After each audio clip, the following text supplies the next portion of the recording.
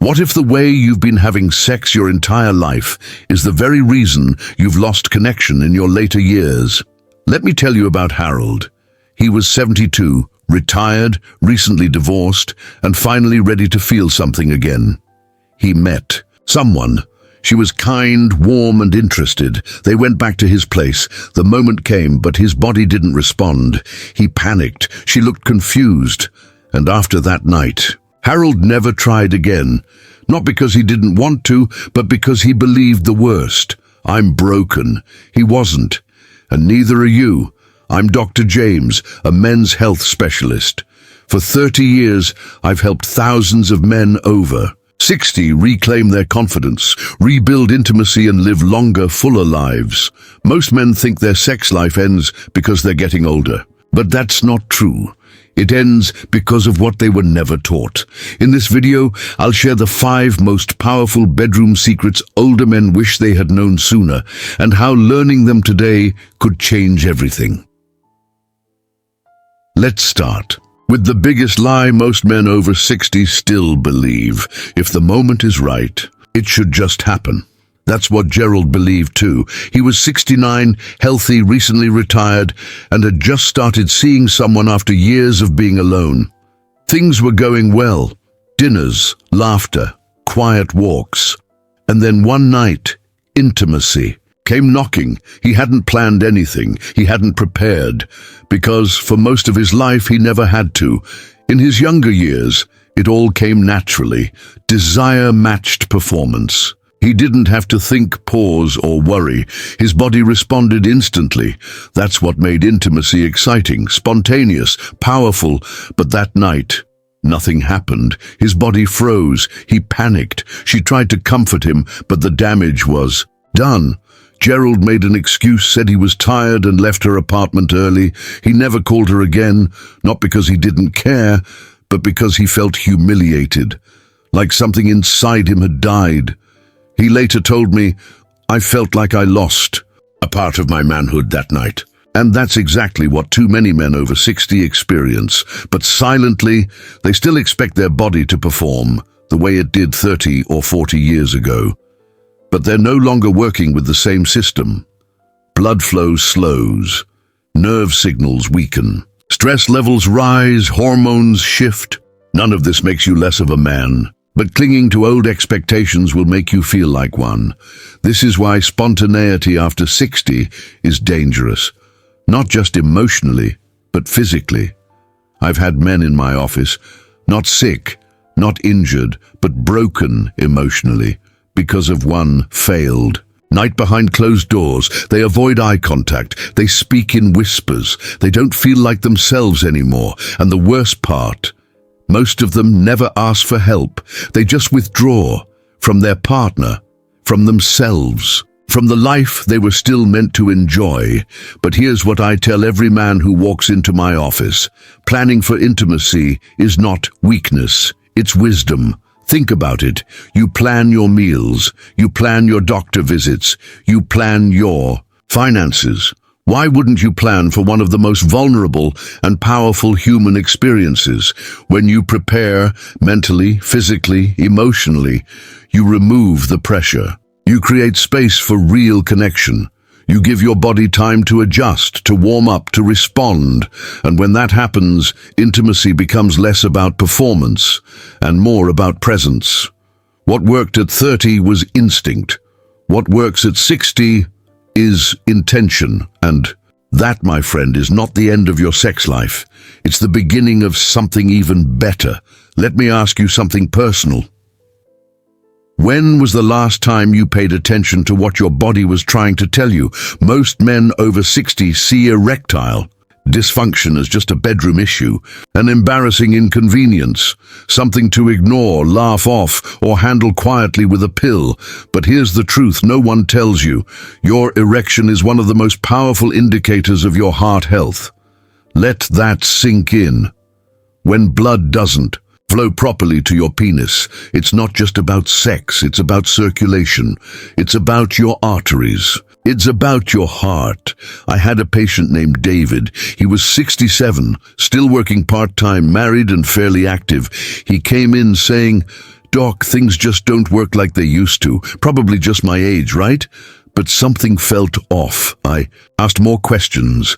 I ordered tests, and when the results came back, they revealed a 90% blockage in his left anterior descending artery, the one doctors call the widowmaker. 3 weeks later, David was in surgery. He called me from his hospital bed and said, "I thought I had a sex problem. Turns out I had a time bomb in my chest." You see, the arteries in the penis are smaller than the ones in the heart. That means they clog faster, when blood can't flow properly down there. It's often the first warning that bigger problems are on the horizon, like stroke or heart attack. Too many men ignore this. They blame stress. They pop a pill and move on, all while silently walking around with dangerously high blood pressure, hardened arteries, or undiagnosed diabetes. They wait until the whisper becomes a scream, until they wake up in the ER, until the stroke hits, until the heart gives out during sleep, until it's too late, and the damage. It's not just physical. When a man starts to feel like he's losing control of his body, it breaks something deeper. His self-image, his confidence, even his will to connect. Some pull away from their partner, others go silent out of fear, and slowly they begin to feel invisible, like they're fading away. But that doesn't have to be your story. The moment you stop treating erectile dysfunction as shame and start seeing it as a signal, you take back control. You can make changes, real, powerful changes, exercise, diet, supplements, medical checkups. It's not about getting a prescription and moving on. It's about listening before the cost becomes permanent, because a weak erection might be your body whispering, "I need help." And if you listen closely enough, that whisper might just save your life. Let's talk about something that doesn't get mentioned in doctors' offices or TV ads for little blue pills. Because what many men over 60 are missing isn't just sex, it's connection, touch, closeness, the feeling of being seen, not just physically but emotionally. I remember a man named Martin. He was 74. He had lost his wife 5 years earlier. Since then, he'd kept to himself. No dating, no conversation about intimacy, nothing. When I asked why, he shrugged and said, "What's the point at my age?" But I could see it in his eyes. The loneliness, the exhaustion, not just from missing sex, but from missing someone who truly cared, someone who laughed at his jokes, someone who held his hand without saying a word. What Martin didn't know, and what most men never hear, is this: intimacy isn't just physical, it's emotional medicine. When you connect with someone, whether through touch, conversation, or simple presence, your body releases powerful chemicals: oxytocin, dopamine, serotonin. These aren't just feel-good hormones. They lower stress. They improve sleep. They support your immune system. They even help regulate blood pressure. In short, when you lose real intimacy, you don't just lose pleasure, you lose protection. But here's the silent tragedy. So many men convince themselves that needing affection is weakness. They tell themselves that connection is for the young, that vulnerability is something to be hidden, not honored. So they go silent. They suppress their need for touch. They retreat into isolation, sometimes even while living with someone under the same roof, and slowly they begin to wither. Higher cortisol, weaker immune response, increased risk of depression, even cognitive decline. Yes, I've seen men age a decade in just a few years, not from illness, but from living without closeness. But it's never too late. You don't need to be in a new relationship. You don't need to be physically perfect. What you need is honesty. The courage to say, "I want to feel connected again," whether it's through a conversation with your spouse, a meaningful hug, or even just allowing yourself to feel again during quiet moments. That single act of emotional courage could begin the healing your body and soul have been waiting for. There's something that almost no older man talks about, but nearly all of them experience. They turn to it when they feel lonely, when they want to feel something, when they think there's no better option. I'm talking about pornography. It's fast, it's private, it doesn't judge. And in the beginning, it feels like a harmless escape. But over time, it becomes something far more dangerous. Let me tell you about Walter. He was 71, a retired Navy veteran. Strong, proud, disciplined. He hadn't touched his wife in almost 4 years. When I asked him why, he said, "We just drifted apart." But that wasn't the full story. Eventually, he admitted that he'd developed a habit of watching adult content almost every day. What started as a stress release had become a ritual. And without realizing it, that habit began to replace real connection.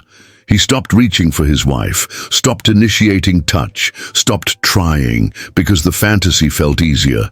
But here's what he didn't understand. Porn doesn't just affect your arousal. It rewires your brain. Your dopamine system becomes overstimulated. Your brain gets used to artificial bodies, unrealistic sounds, endless novelty. Soon, real intimacy, human, emotional, imperfect, just doesn't feel the same. Some men can't climax without a screen. Others lose interest in real touch altogether. And even if they don't say it out loud, deep down, they begin to feel broken. They wonder, what's wrong with me? Why can't I feel anything real anymore? I've seen marriages fall apart without a single affair, just from years of emotional distance, fueled by quiet addiction. But here's the truth, you're not alone. And this damage can be reversed. It takes honesty, it takes awareness, it might take support, but when you begin to disconnect from the fantasy, you start to reconnect with what's real. You start to feel again. You start to want again. You begin to rebuild the bridge between your body and your heart, because real intimacy isn't like what you see online. It's slower, softer, more emotional, and far, far more fulfilling. There's a moment that sneaks up on many older men. A moment when they feel alive again, energized, bold, maybe even invincible. Maybe it's after a good checkup. Maybe someone flirts with them. Maybe it's just a quiet voice inside whispering, "You've still got it." And that's when the danger begins, because instead of preparing, pacing, or respecting their body, they push it hard. They skip their meds. They pour another glass of wine. They pop an enhancement pill they saw online. And they walk into the bedroom like it's a battlefield, ready to perform. But what they don't see is what's happening inside their body. Their heart is racing. Their blood pressure is spiking. Their arteries are strained, and their body, which needed care, is now under attack. I'll never forget Leonard. He was 74. Charismatic, funny, dating a younger woman. He told me, "Doc, I've got to keep up." I warned him, told him his heart wasn't what it used to be, that sex is exercise, not just pleasure. He smiled, nodded, and said, "Don't worry, I know my limits." 2 weeks later, Leonard collapsed in a hotel room, cardiac arrest. He didn't make it, not because he wasn't man enough, but because he forgot that aging requires respect, not resistance. The most dangerous time to have sex isn't when you feel weak. It's when you feel the need to prove you're still strong.